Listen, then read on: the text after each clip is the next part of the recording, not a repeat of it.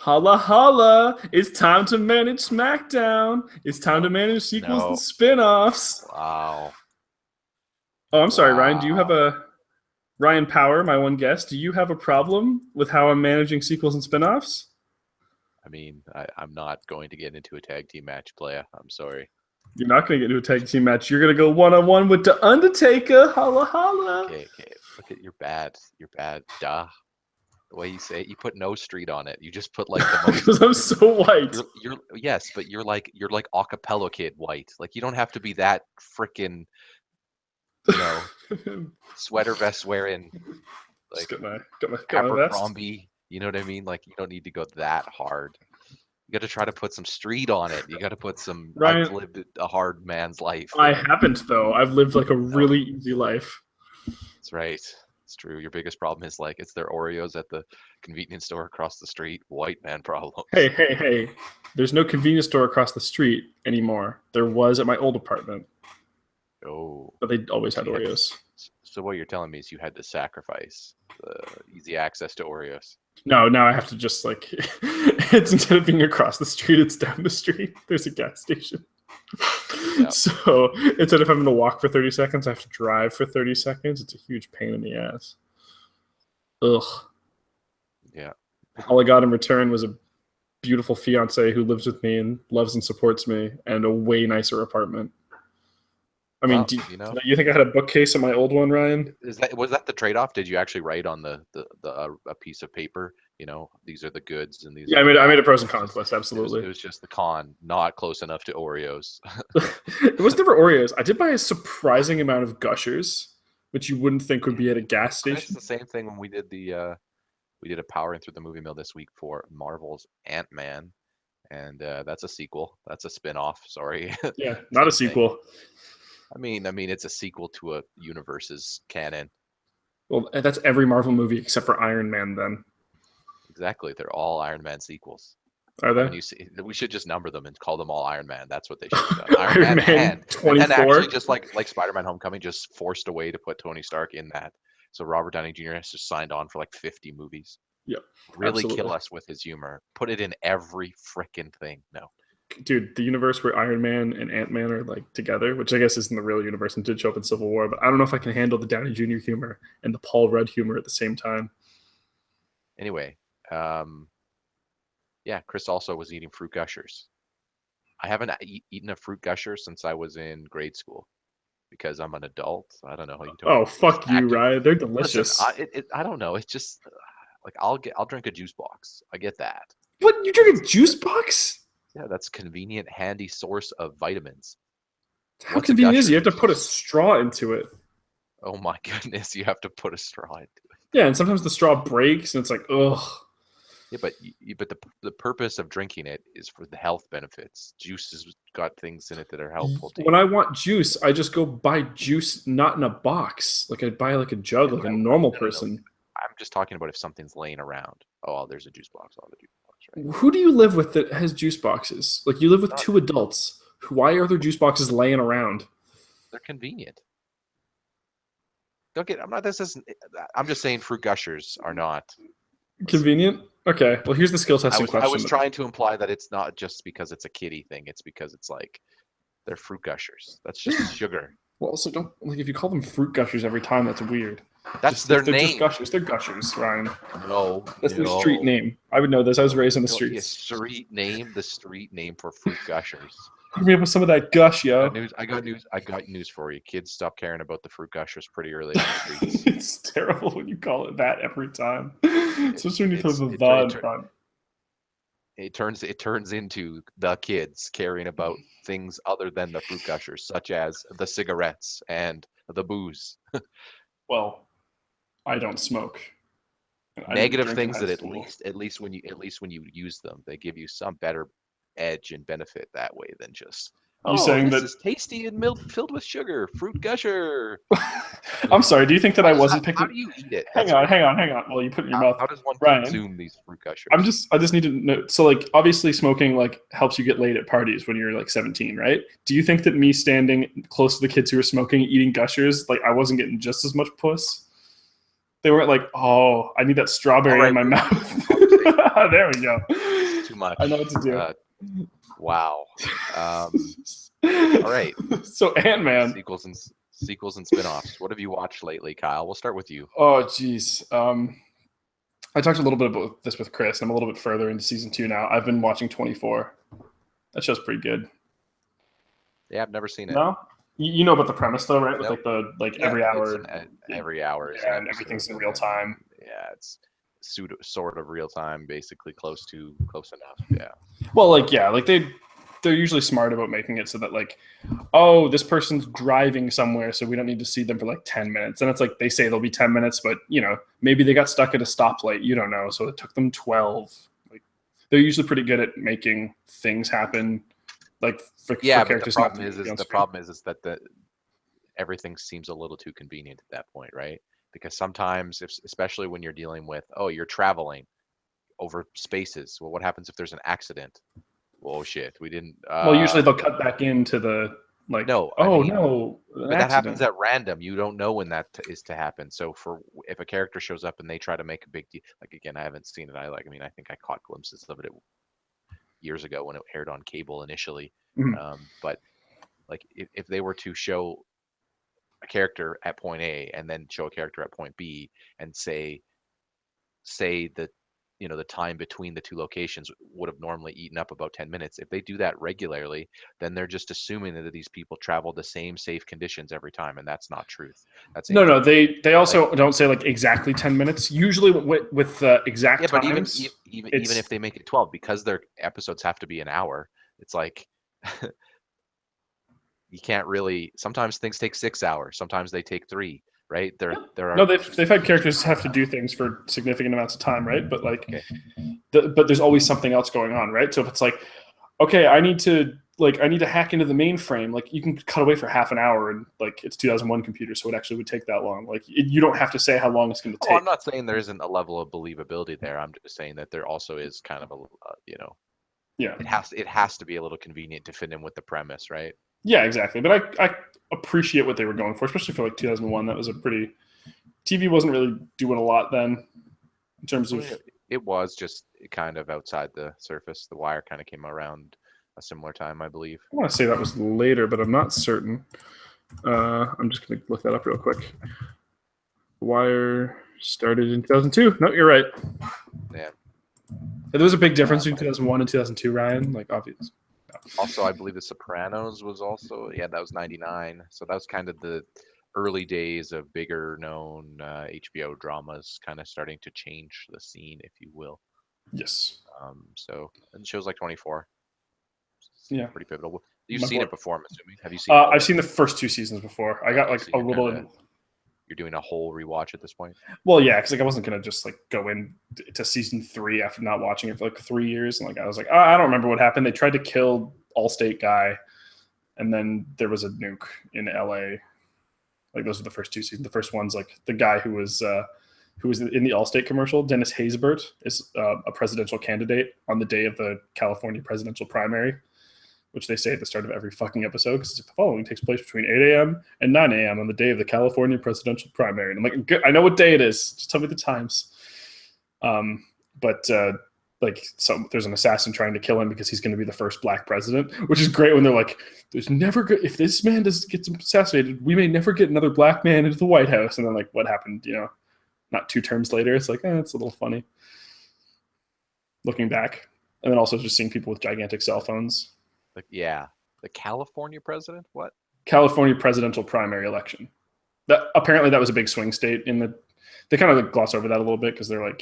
all the characters I was what? California presidential? It's isn't the president of the United States? Yes. Yeah. It was just California is the last vote to go through, right? Because of time zones and stuff. Okay, I see. Yeah, it was Super Tuesday or whatever. I don't know. I don't politics, right? 24. Yeah. The second season, there's a nuke that's set up to go off in LA. So they show now elected President David Palmer having to deal with that because, So sorry, you said you finished 2 seasons? No, I'm partway through the second season right now. I'm at, that one started at 8 a.m. and I'm at 2 or 3 p.m. now. That's a weird format. Yeah. Yeah. Well, the first one started midnight to 1 a.m., but then didn't really make a lot of sense for where the show had to start for it to be midnight, where it's like, well, we could watch 8 hours of people sleeping, because obviously in the first one. Does it hold up from your perspective? Fine. Yeah. Like there's certain things that I have to like refresh my memory on. Like in the first season, Jack Bauer, who's Kiefer Sutherland's character's daughter, goes missing. And they end up having like a person who like he has to go deal with like this whole terrorism thing. So he sends his wife out to go like look for their daughter, and somebody calls her house and it's like, oh, my daughter's missing and I found her phone number in her address book. And I'm like, why the fuck would, because kids don't have cell phones in 2001. So like that actually kind of makes sense. Like, but like for a second I was like, that's stupid. And then I was like, oh no, that actually makes perfect sense. Cause like the adults have cell phones, especially like ones who work for the government. But like, nowadays that would never happen. Even then, cell phones back then didn't have like super deep contact.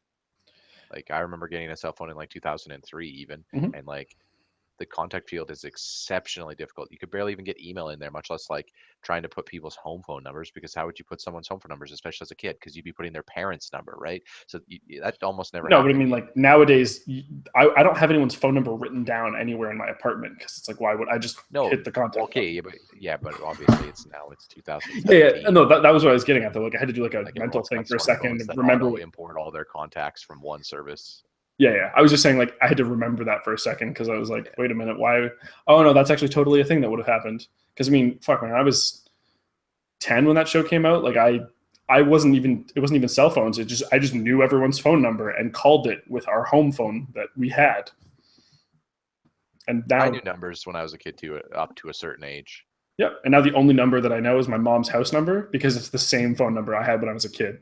So I think I remember 2 numbers, which is my parents' house number and my grandparents' house number. Yeah, which has not changed, I'm assuming. No, not since I was a kid. And I don't even know my grandparents' number. That's the only reason I remember them. If they like, I don't remember my parents' cell phones since they changed them. It's like, why? I'm not going to remember that information. No, fuck it. Like my button will do that for me. I don't even look at it when you put the button. It just says the name. It's just whatever. Yeah, exactly. I don't look at the number. I just go like, that's the guy's name. It's not like we're incapable of looking up a number and putting it into the phone. That's easy to do. It's just in today's world, your mind instantly has been trained to discard that information because it's not important. Yeah, exactly. Yeah.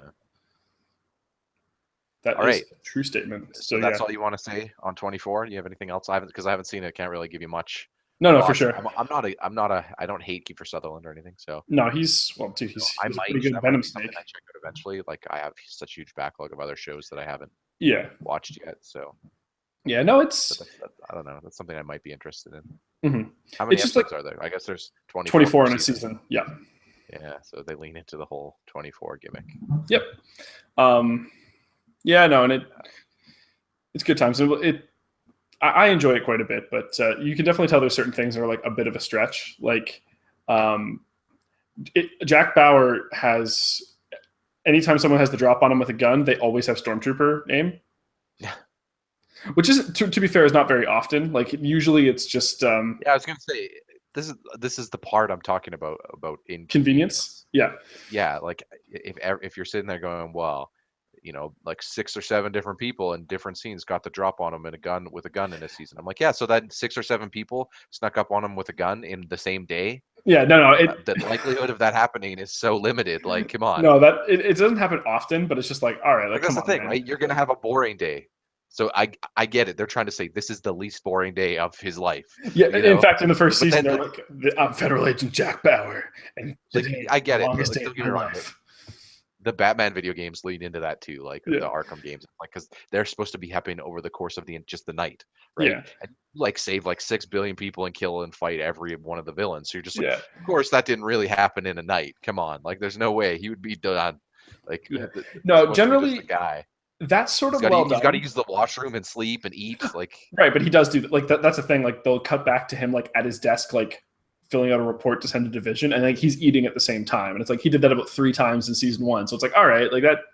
Or like, he was eating a granola bar while he was driving somewhere, and like they fit those in really well. Yeah, but if they do so many hours of action cool guy movie stuff, you're just at a certain point you're just like, right. But there's so many different characters, right? Like Jack will have like 8 or 9 different cool. Well, he gets a few more because he's Jack Bauer. He doesn't give a fuck. But like he'll have an episode where he's just like interrogating someone, and it's like relatively low key, and then his daughter's like trying to escape a compound. It's like, okay, like you still get to see what he's doing, but he's not going 24 hours hard.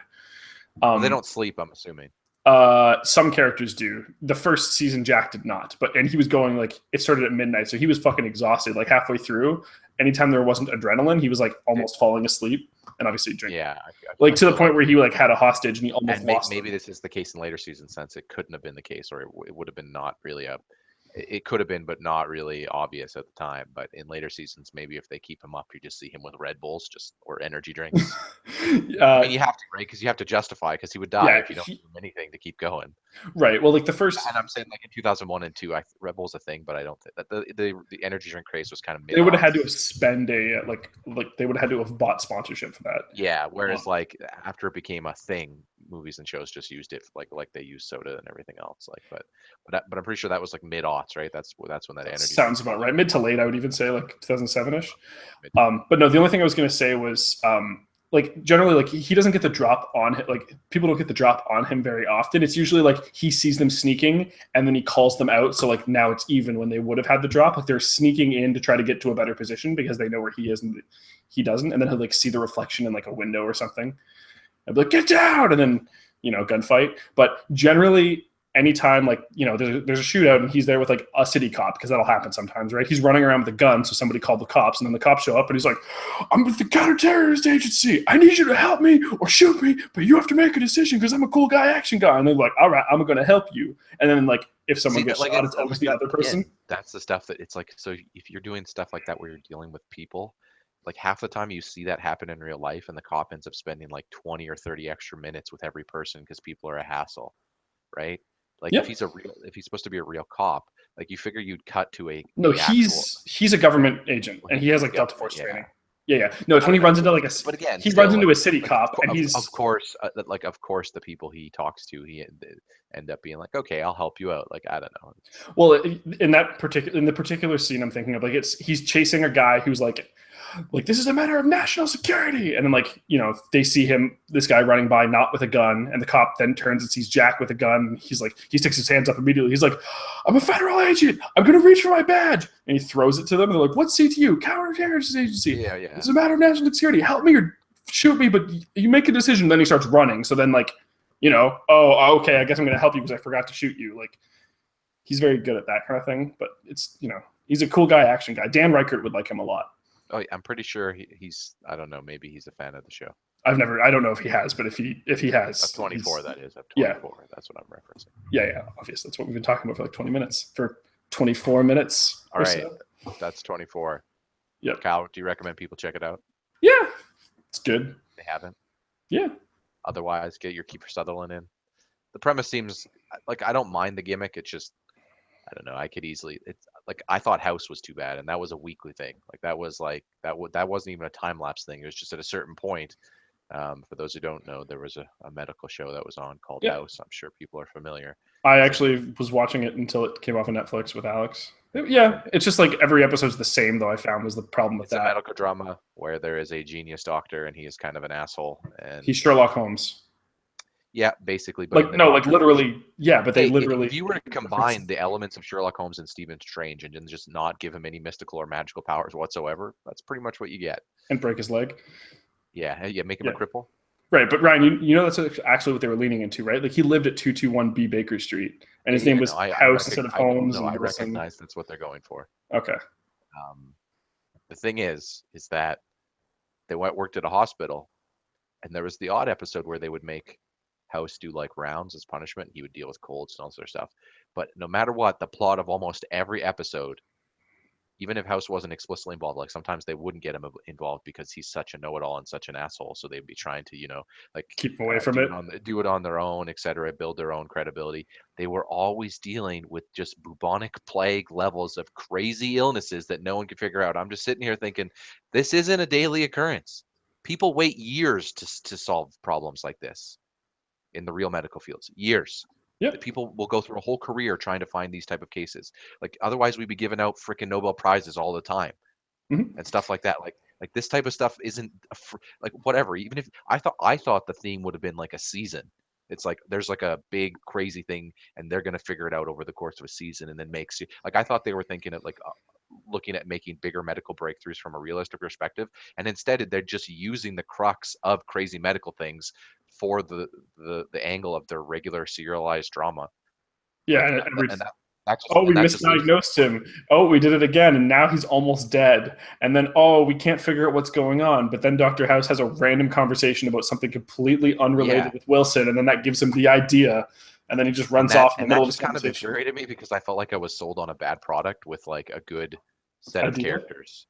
Yeah, Like, absolutely. because I'm just sitting there going, man, can you just imagine if this was like Doctor Super Team that just decides to get together to research and change the medical profession forever? Like, not only solving these crazy diseases that as they come up, but like doing it in a way that pushes medical science forward so that maybe some of these diseases aren't as big of a problem, right, in the future.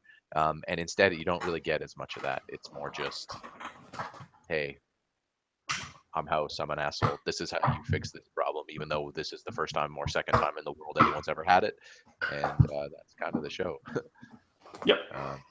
Insert relationships and drama, of course. Of course, because it was on Fox, right? I'm pretty sure. I don't know, man. It's on Netflix. Stuff. Well, yeah, I mean, it aired on Fox. I'm pretty sure it aired. Yeah, no, I wasn't sure that's what I was getting at. All right. But yeah, I haven't actually seen House, but yeah. Yep, but no, pretty much you hit the nail on the head. I don't even know how I got into House. Talking about it. What were we talking about? Similar. Oh, you relating that to like they do too much in the course of a season. With 24. The thing with 24 though is like they do kind of a good job with that in terms of like, one, it's not like it's not 24 crazy things that happen to every person, right? It's just like, okay, they'll do like one crazy thing per episode to a different character, and it's like, okay, like Jack gets the most and he gets like 6 crazy things that happen to him that day, but like that's a busy day for him. Like, things go crazy. They should have been ballsy. Maybe again, you haven't seen the later ones, so neither of us actually know this. But imagine if they would have did that. It would put it with a boring season, just like a day at the office. It's like a normal. He's just eating Twizzlers and just nothing has happened. Just water cooler conversation. There's just like one episode where every time they cut back to him, he's just like flicking a pen up in the air, and like just spends an hour, or the entire episode where everyone just eats lunch. And then at the end of the season, something crazy happens just as the day's about to end. And then they tease that and then cliffhanger it for the next season. Yeah, and the next season starts the next day. Because there's like a giant gap between season 1 and 2. I assume that continues on afterwards. Yeah, they should just do that. And then they should come up with like a 7 season structure, where it's just a week. And then they just have like the craziest 3 days as the season lasts three seasons, but the first 4 seasons are just the most boring, just Monday to Thursday, just like nothing interesting is happening during his week. Yeah, maybe he has a dinner date. Maybe he has a dinner date. There you go. One of the days. Yeah. The whole season, it's just one date. That's for like 3 hours, and then 3 episodes of a date, and then the other episodes are just him cleaning and getting. He talks on the phone, and that's an entire episode. Getting his suit fit. Dude, anything, just generic. Go getting his dry cleaning, whatever. Making it do that aren't really excited. Go to the DMV, like something. 4 episodes of just him watching TV, and it's just you just watch like the TV over like with just his head, and like the camera's like right here, and it's just 4 hours of TV. In this recast world, you give him a lot of very self-referential, sorry, and sarcastic ways, so that when he's sitting there watching it, it's just him commentating over what's coming on, commercials, everything. Stupid. Yeah. I'd never buy one of those. There you go. Then we figured it out, and then you make it Will Arnett. That's who you cast. Done. Will Arnett is Jack Bauer. Will Arnett as the new Jack Bauer in the most boring but entertaining 7 seasons of television. So what you're saying is that we're gonna combine. It's gonna be Mystery Science Theater 24 instead of 3000. Yeah, basically. Except for there is going to be action, but just in the last 3 seasons, he's gonna have the craziest weekend. One season will be the party weekend, like Friday night. He's gonna just go out and get wasted and hang out with crowds and club and all that other stuff. And then somehow, because he's like a retired cop at this point, right? And then somehow he'll be someone will take someone he loves, and then he'll have to go all Taken for the last 2 episodes, where he just go crazy with the John Wick style murder. And you just change actors and don't say anything. Like you start out with you literally change actors. Then he goes to Will Arnett. Make it Keanu Reeves. Yeah, and Keanu Reeves and Liam Neeson, like for the different parts, like you just keep changing actors. And it's like 24 different people play Jack Bauer. New footage, yeah. No, absolutely. And then at the end, just cut to like a factory where Jack Bauer just is produced. it's like a hitman factory where he just looks different every time. No one's able to connect the dots. Everyone's like, I don't know. Yeah. I saw him the other And day and he had blonde hair. Now he's got black. What? Hmm. and How'd that then happen? this season or the series closing credits are just like Kiefer Sutherland as Jack Bauer, Will Arnett as Jack Bauer, Liam Neeson as, and it's like 24 people. As Will Jack Arnett, Bauer. yeah, Will Arnett as Jack Bauer is I think it was what I wanted to call this episode. Man. That's pretty good. Like I would watch So that show. the reason I actually even brought Will Arnett up there is because during April Fools, I mentioned this. I don't know if I ever mentioned this on air, but Netflix did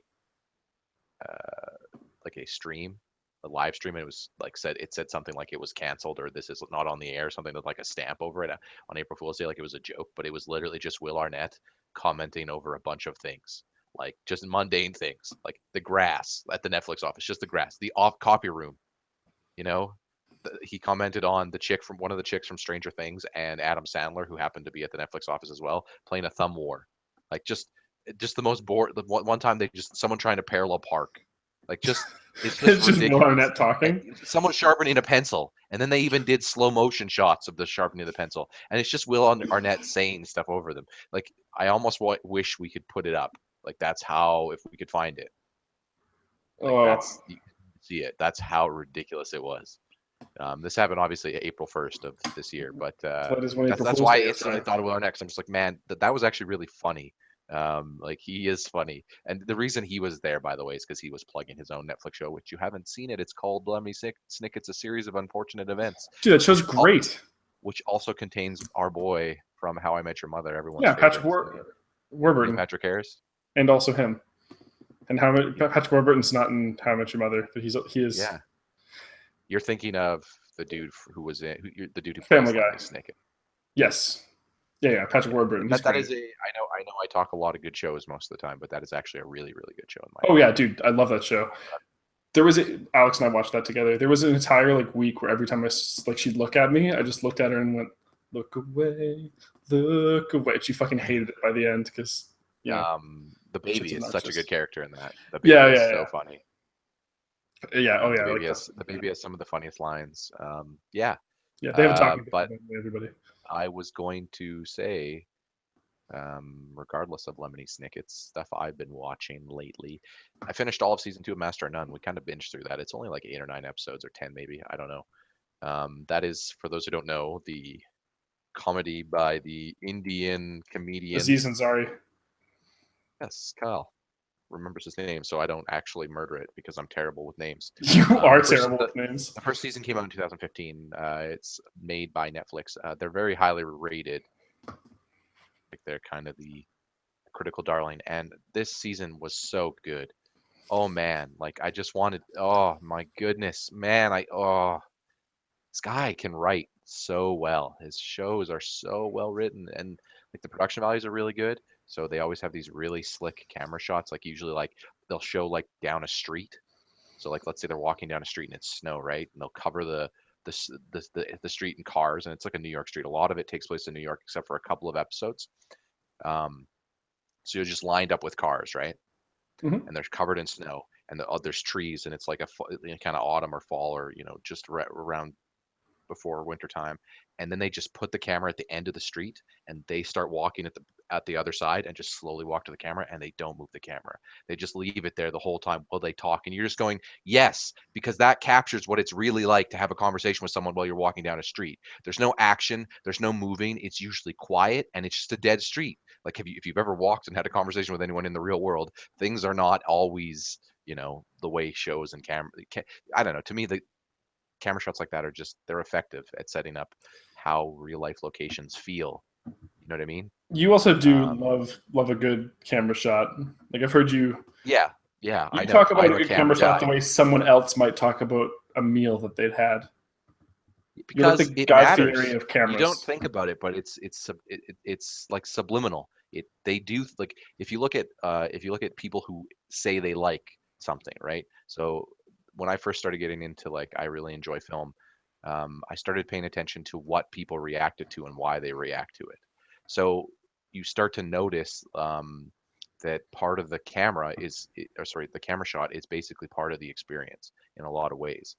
Um, wide shots can give you a better idea of scope, especially if they do like panoramic type shots, like of the a setting or a city, etc. Before that, and then you look at things a lot of people dislike. It might have good acting or something, but if it's like very shallow or very quick cuts, so that it's like, oh, this was quickly cut to be an hour when it could have been 2 hours, and like they don't show anything about city or landscape, or they're not really using a lot of wide camera shots. Like, sure, the movie might still be something people like, depends on the plot, characters, writing, but in a lot of cases, like things like that do detriment the experience because it's just hard to follow. You like, one of the key examples I'll use is, um, years ago, space movies never used to do what you're starting to see now. So you've watched Guardians of the Galaxy 2. I know you have, since we Oh were talking yeah. about it last week. One of the things that Guardians of the Galaxy 2, Rogue One, a lot of space movies are starting to do, wide planet shots that show you a planet credit title and then give you a zoom in on the planet before they cut to your characters on the planet.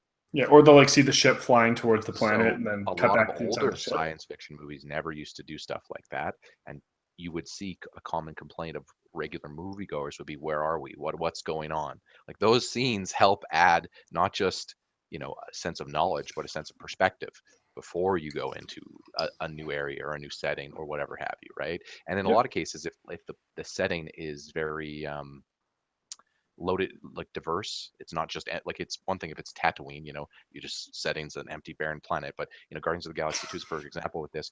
When you see Stallone's character meet with Yondu for the first time, and they go to that planet, and it kind of zooms in on that planet, and you see the whole Ravager party where they're all hanging out and drinking, and you see multiple different types of aliens and species, and you get a sense of culture Yep. without even, like, that's a camera shot doing story work. That's what that is, and Yeah. that's why they're You know they're a little difficult. more about the Ravagers, even like they do expand even in that scene to talk like a little bit more about the culture the Ravagers have. But before that, you really all you know them as is like, oh, they're just guys who do some shady shit and kidnapped Peter Quill. But then Yeah, you so learn that they that's actually have like a moral code and they're more like space pirates. Like, and then yeah, but like that shot even shows that so they know how so to party. that's a big reason why I'm a camera guy, Yes. because that's the whole window. That's our window. That's what we see. It's the same thing with games. You think the camera is the most important, but it's actually how you control the character that's the most pivotal, because that's our window. We believe we're the character. We're interacting as them. So however you interact with us it should be your number one priority. And the same thing with books, right? That's why books are probably the deepest medium, because it's the one that's been around the longest, right? Yep. There are more infinite ways to write and present opinions on paper than there are just with cameras, right? And people are still learning techniques and tactics. You see different styles, and the director who works on Gravity, and he worked on Children of Men, Alfonso. I don't know the Uh, name, but yes. yeah, he's a notable for using very, very long camera shots with not a lot of cuts. So he would take a mounted camera, or they would hand control it and just like move around a space for 10 minutes sometimes, and just have you know follow the characters and then kind of give you a sense of space. That's the purpose. And that stuff's kind of neat. And that's really tough to do, though, because then all your actors can't make mistakes for X amount of minutes, right? Every time someone sneezes or anything, like, that ruins a cut in some Yeah. cases. Oh, I'm sure That's that gets really that's annoying. that's Sorry. why the quick 3 to 5 minute scenes with quick cuts is favored by a lot of traditional Alfonso directors. Yeah, yeah, Cuaron. Jeez, I should have let you do this. That's your job to butcher the names. yeah. But that's why a lot of some actors, sorry, prefer the quick cut style, because you really don't have to do anything but memorize the line Well, for yeah, if you fuck 5 minutes. up after 15 seconds, it's not as big of But a deal. but those performances don't feel as real, because they're not, because they're just piecing together scenes. Whereas if you actually make an actor go through an entire 10-minute scene, let's assume that involves some walking and moving, like, that's a lot harder to do as an actor, but that's a lot more legitimate of a scene. You're actually getting them to do what the character's supposed to be doing, right? And Mm-hmm. I don't know, there's an art level to that I appreciate. That's like, let's try to replicate what's actually happening. Now, you're probably a fan of I know you are, sorry, the Uncharted games. Yes. Naughty Dog is a developer that's noted for not just doing the mocap with their actors, but actually setting up props in like a green screen room to replicate some of the experience that's actually happening on screen when their Yep. actors are acting out lines and stuff like that. So that way they're running and interacting with sticks and whatever, but props, but they're actually still actively doing some roles and hiding behind boxes and like just to get how those people would actually do it so that the animations don't feel so you know Clunky. not clunky. They need to feel fluid with the people that are moving around as these characters, right? Like, Well, I especially appreciate that as somebody who was a big fan of like the Jack and Daxter games back in the day, which they were great for the time that they were there. But like you can definitely tell that everything was like, oh well, this is the one jump animation, this is the one spin attack, this is the one punch. Like like for the early 2000s, as compared to somebody like Nathan Drake or Joel from Last of Us. so I was talking about Masters of None. But yes, sorry, I wasn't trying to cut you off there. No, it's okay. I also Like, went a little too here, hard on games. No, neither of us did. I was just kind of rearranging or coming back here. I was talking about Master of None. Yes. The second season, and if you haven't seen the first season, binge it right now on Netflix. Like, I believe it is one of the best written comedies of all time. It's so. All right, you carry this. I'm just gonna go watch that real quick. Okay. Watch what? No, I'm kidding. Not right now. Well, you said go watch it right. Fuck. No. I'm make up your mind, Ryan. To the audience. Well, not when they're listening to this, but make it up. Put it on your agenda this week. Put it. Do it like 15 minutes or whenever we're done. No, I mean the episodes are usually about an hour. They might be 30 actually. Some of them are an hour. 26 to 57 minutes. Depends on the episode. They just say fuck it. We're not on TV, so we can do whatever we want. Okay, so this guy is so creative. So he's a comedian. He's an Indian comedian. The show is essentially about his life. Yes. I'm familiar with the premise. On real life, but he kind of is using experiences. But he's not afraid to not make the show about him.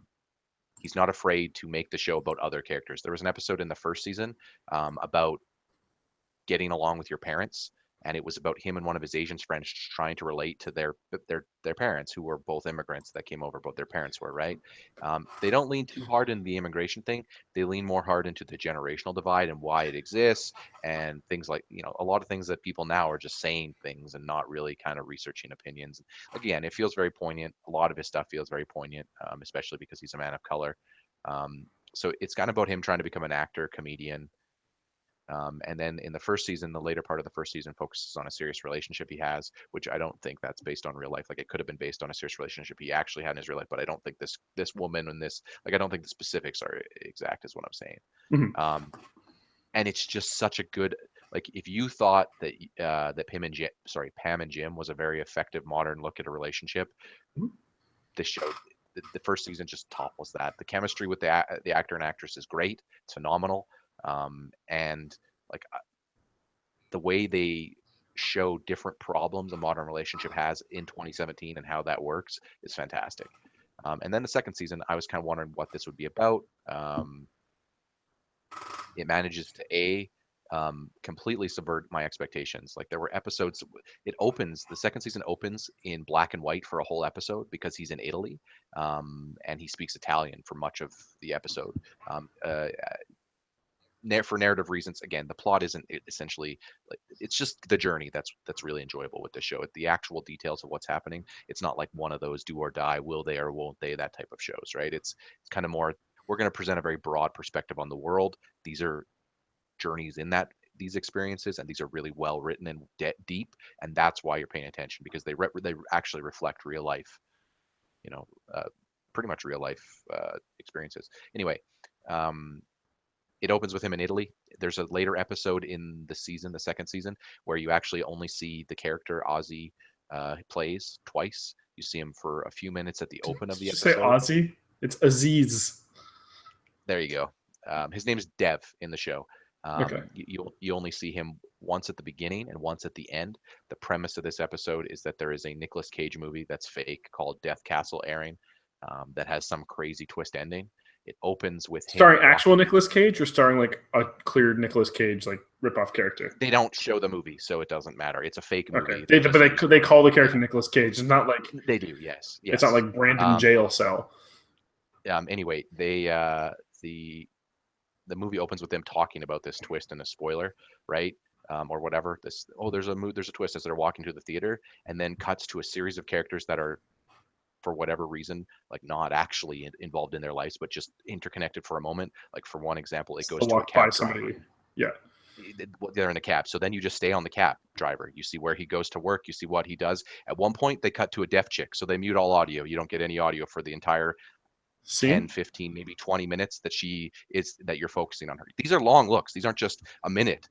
Like you get 20 minutes or more with these complete nobodies that you don't even know. And you just get to see their lives unfold. And then but how that interweaves back to sitting in the theater where Dev is, and then the showing of the movie, and then it just quickly kind of goes to this is the movie, and like they don't show you the movie, and that's when the episode ends.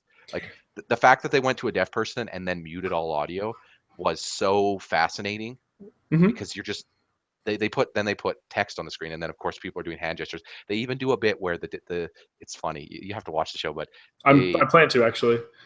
there's a bit in the second season or in this specific episode with the deaf chick where she's hanging out with her boyfriend and they're going shopping. They're at like a bookstore, they're buying a gift or something like that, and they find like a pizza scarf. And so they're doing hand sign language. And she's sexually frustrated. In one of her earlier scenes, she was talking to her girlfriend about how sexually frustrated her boyfriend is making her, right? So she starts trying to get him to go down on her, like she's saying it very explicitly. And then within like 5 minutes, because they're doing this whole we need to have but they're doing with sign language and it's all Yeah, muted. So you're just sitting here they laughing can like have this argument in front of this a is bunch of people, and no one will know what yes, they're saying. but that's the problem is then some lady shows up and says in sign language, "Me and my family are all mute. We can hear you talking about your vagina, right?" Blah, blah.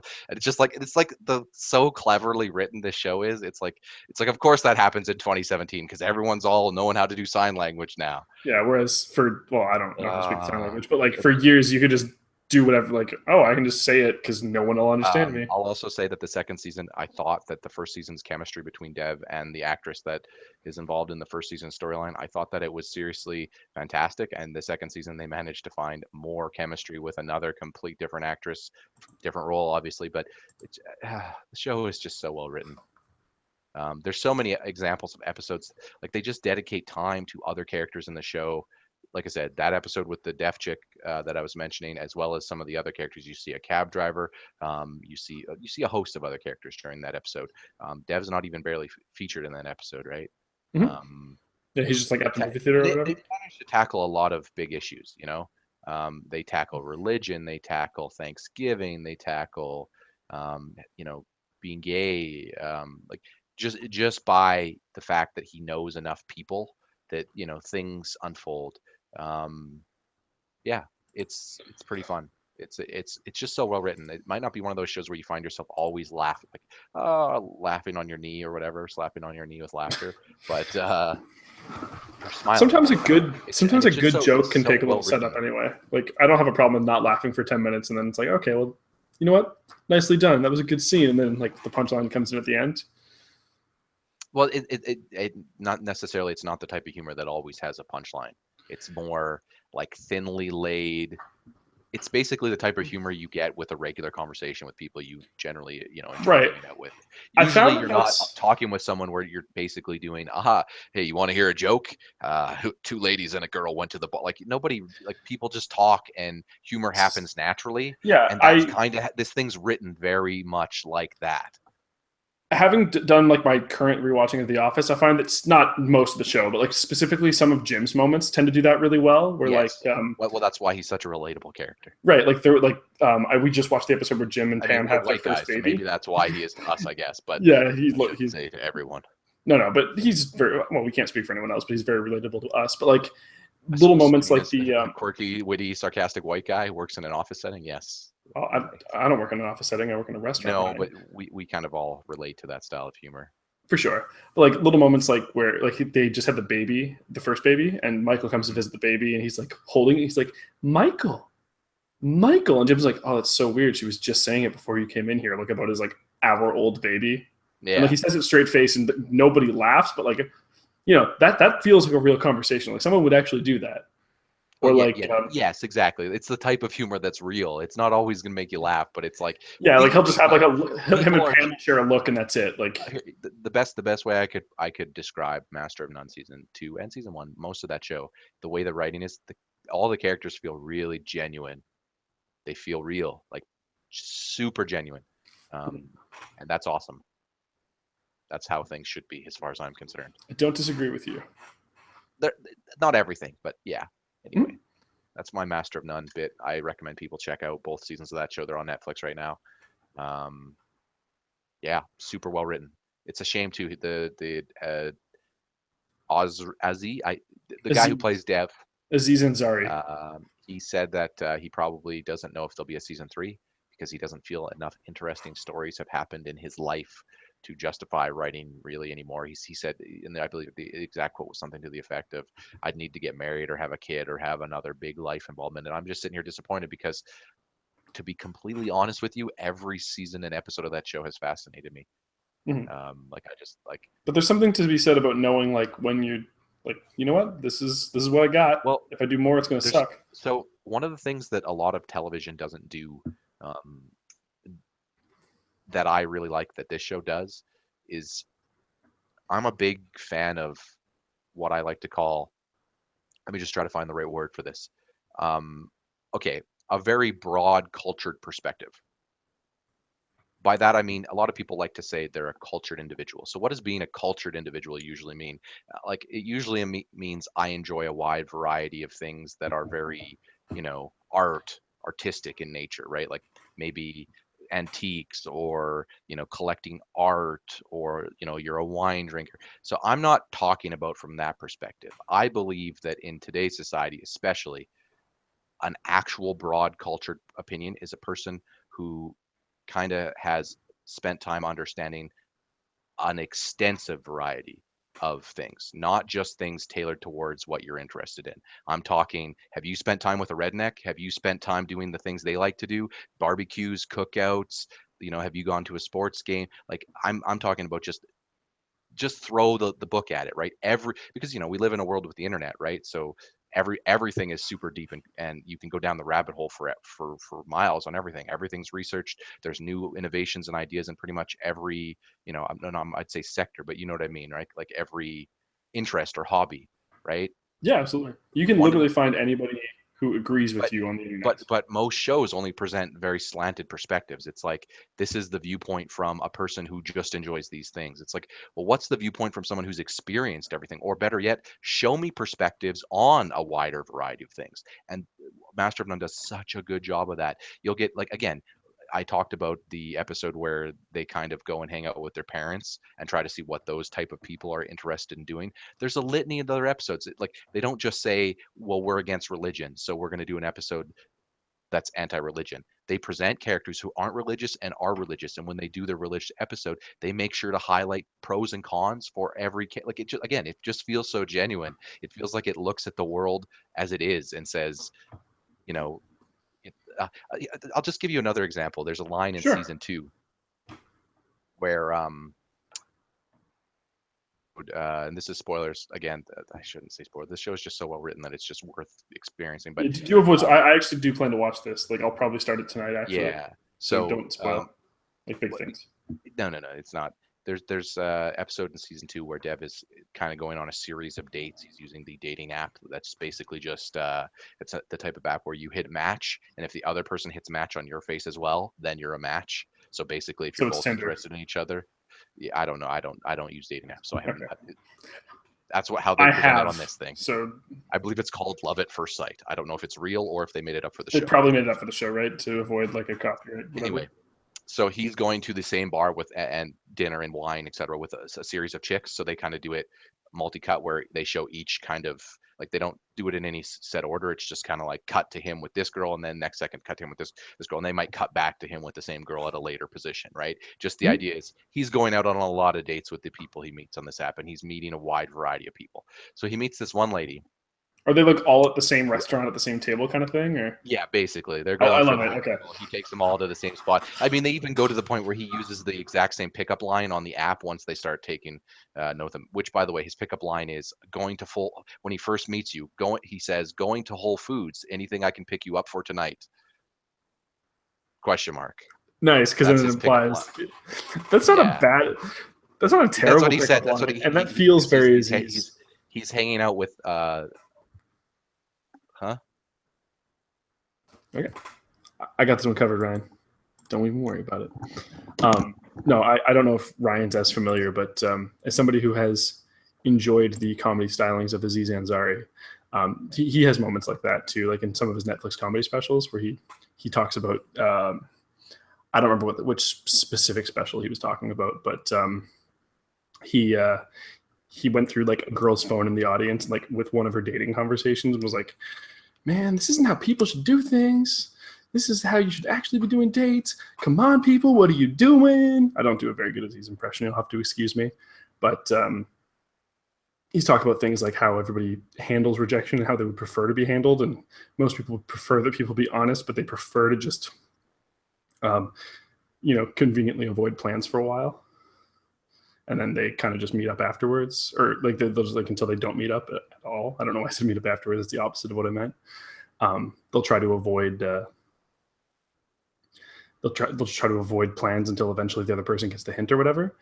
And he's like, y'all are hypocrites because you want everyone to be honest with you, but when it comes to doing the hard part of being honest with each other, then you want the other like you just don't want to do it. Hey Ryan, I was just relating the episode, like the idea of the dating app to a comedy bit that Aziz did in one of his comedy specials about dating and how dating has changed.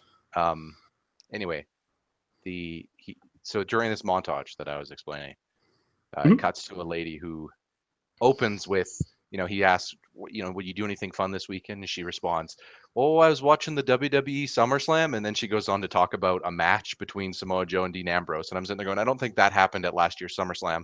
So this is just a fake. But then she goes into talking about. Did she use their real names?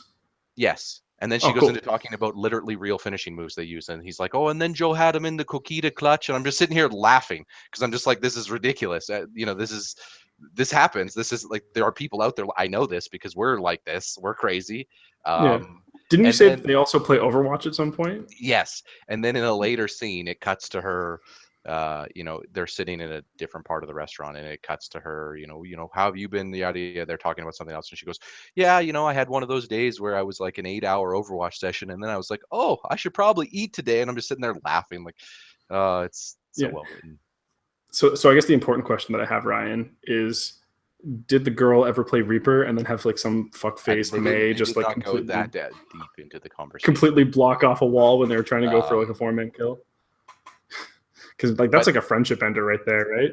But yeah, like it's nice to see sometimes things sort of show other perspectives or other parts of the world, people who are just interested in the litany of a million things that people are interested in modern day.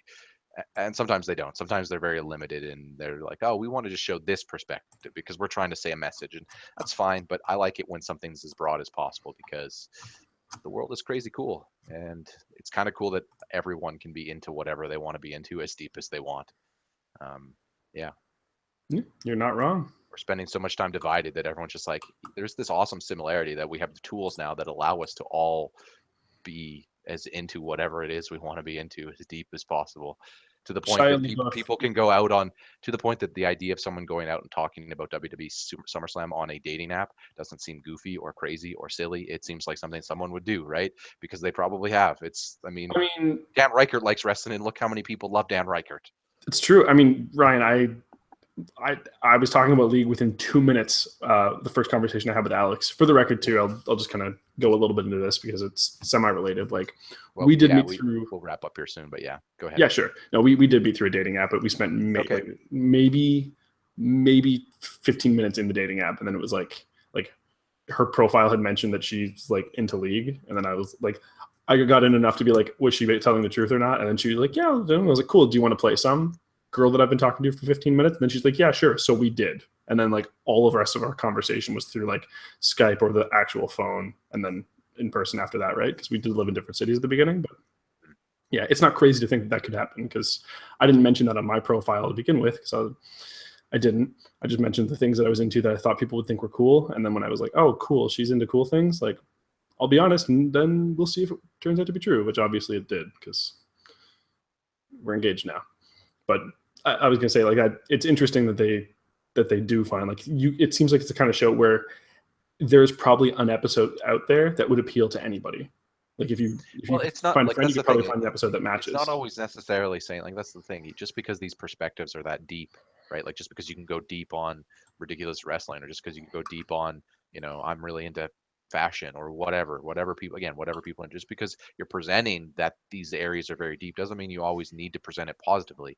You're just kind of presenting them. You're kind of letting their messages present themselves, right? And how people talk about them and how they are in the world. Like, because they're usually just like, it's basically a conversationalist stream, the show. It's because it's just series of conversations and things get represented because of that, because the types of people that he talks to are so wide and there's a big enough variety that you see different perspectives just because of that, right? And to me, that speaks to the volume of, shouldn't everyone be trying to live their life where they go out there and try to see as many different perspectives, even ones they don't agree with, not to try to make it so that they agree with them, just so they understand them.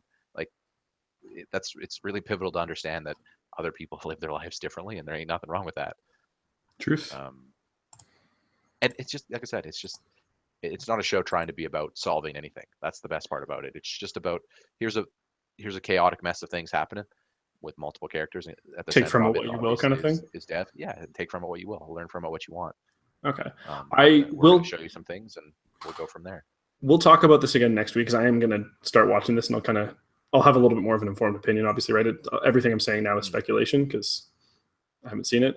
I know what Aziz is like, and you've been discussing it or describing it, but that does sound like a good time, and that's something I will give a shot to. I was already like thinking about doing it, but like the Netflix, like, hey, you should watch this show thing came up. I was like already watching 24, so like it was either like, oh, I'm going to watch an episode of 24, and that was what I went to Netflix for, or Alex and I were already watching The Office, and I wasn't just we're going to watch this show now because I said so, because you don't do that when you're dating somebody. No, that's fair. Yeah. All right. That pretty much, I mean, that mostly covers what I've been watching. I did, rewatch Ant-Man for the second time. Yeah, with Chris. With Chris on Powering Through the Movie Mill. How did he like it? I'm curious. He enjoyed it better than I did, to be honest. He was a big fan of it, actually. Mm-hmm. He thought it would be a lot. He's not a big Paul Rudd fan, so he had very low expectations going in. Okay. I think a lot of people did the first viewing. Yeah, I could get into that more in a later cast. I feel like we're kind of due just considering once Chris has seen Guardians of the Galaxy 2, he said he's going to see the next couple of weeks. We'll probably do a proper. Let's just do a Marvel cast. We've done a Star Wars one, so we might as well do a Marvel one where we. Yeah, we'll save Ant-Man for that, because I've seen it as well. Pajod Cast Media's rankings for all the Marvel movies. Ooh. Maybe try to determine that ourselves. Maybe a group. Maybe we'll do something like that, and like a giant bomb. Kind of get ourselves prepped for the last few entries here in the MCU, at least until Avengers 3 and 4, and then again, they haven't announced actually anything past that, so who knows what the MCU will be. I'm going to reevaluate how much I watched the MCU, I guess I should say, after Avengers 4. Like, I haven't officially stated it as this is my endpoint of watching, because that's not fair. I might be interested in stuff after, and maybe I like what they decide to do going forward, right? But I've kind of instituted that as I'm going to reevaluate after this point, because that to me that makes the most sense. It'll be I'll stay committed to at some point seeing all the stuff. I'll probably see 3 and 4 in theaters, but Avengers 3 and 4, but some of the side stuff like Ant-Man I never actually saw in theaters. I saw it out of theaters on Netflix, and then again on Blu-ray here with Chris. Mm-hmm. So. But we'll have more to talk about that, I'm sure, on a later cast. Maybe, like I said, we'll dedicate one to. That's a good idea. Maybe we wait till Shane comes back before we do that. Yeah, that might be a good idea to kind of get the whole group on board, because I think I guess we also forgot to mention Shane's going to be out for like 2 weeks or 3 weeks. Yes. We didn't talk about this yet, but yeah, Shane's not going to be here for a little bit. So feedback and filibusters is being delayed. Yes, it'll be a few more weeks till feedback and filibusters. We had a really long edition, although we do have a basically impromptu feedback and filibusters. No, it's drinks and discussions, Ryan. Going up, that happened. It was filmed on May the 9th. Which is an insignificant day. We're going to record actual casts at one point last week, but I decided I was drinking because, it was my birthday on May the 9th, for those who don't know. And so we did a 3-hour long drunk cast. The other guys weren't drinking. I was the only one drinking, so it's not really a drunk cast, other than me. So yeah, you were pretty hammered. A lot of debates on that, actually. Yeah, that was a very interesting conversation, though. Yeah, I hear mammals are involved. So I don't know. I would love to not that anybody else would like to watch it, but I would love to watch like a Ryan reacts to like you watching that cast and like listening to the weird stuff that everybody says. But like, No, I know what everyone said. I remember it. No, but like the specific, dude, there's things that you just don't like specifically remember moments or whatever, right? Like I didn't remember what I said leading into like that Overwatch thing until I watched it back, and I was totally sober, and that was like 6 hours ago. Like, that's fair. Fair. Like I just like there's moments where you'll be like, what the fuck was I doing? Or like, man, Kyle said a dumb thing. Like it wasn't just you, obviously, right? Just that's what kind of takes a little bit of life getting used to is when you're recording a bunch of yourself. It's like you're up there now. Like there's records of you a lot more than you're used to in like your. Oh yeah, you just have to not care. Yeah. You know what? Truth. At some point, we're all going to say stupid things. Yep. We all have, and we all will. Yeah. Even more. That's just the world. And there's a lot of unflattering photos of each of us because every frame could be a photo. And sometimes you'll have like a normal thing where you just go to like look up for a second, and then you get caught halfway through looking, and then you look like Satan, and that turns out to be the thumbnail. Ryan. Yeah, is that you? You didn't look like Satan. Yeah, I did. Remember the? Yeah, because my eyes were like. But like in actuality, I think I was just like started looking up for a second and then looking back down. So that has been it for this week's edition of Sequels and Spinoffs.